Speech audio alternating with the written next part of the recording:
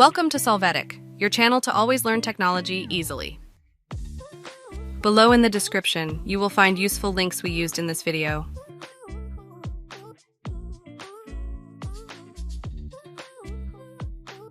Today in Solvetic, we will see how to reset Chrome to default.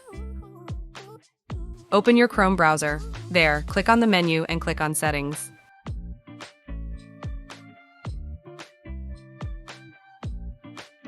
Then go to the section Reset Settings. Click on Restore Settings to their original defaults. You can see the changes that will occur in Chrome. To confirm, click on Reset Settings and wait for it to finish. Hey, remember to subscribe Solvetic channel.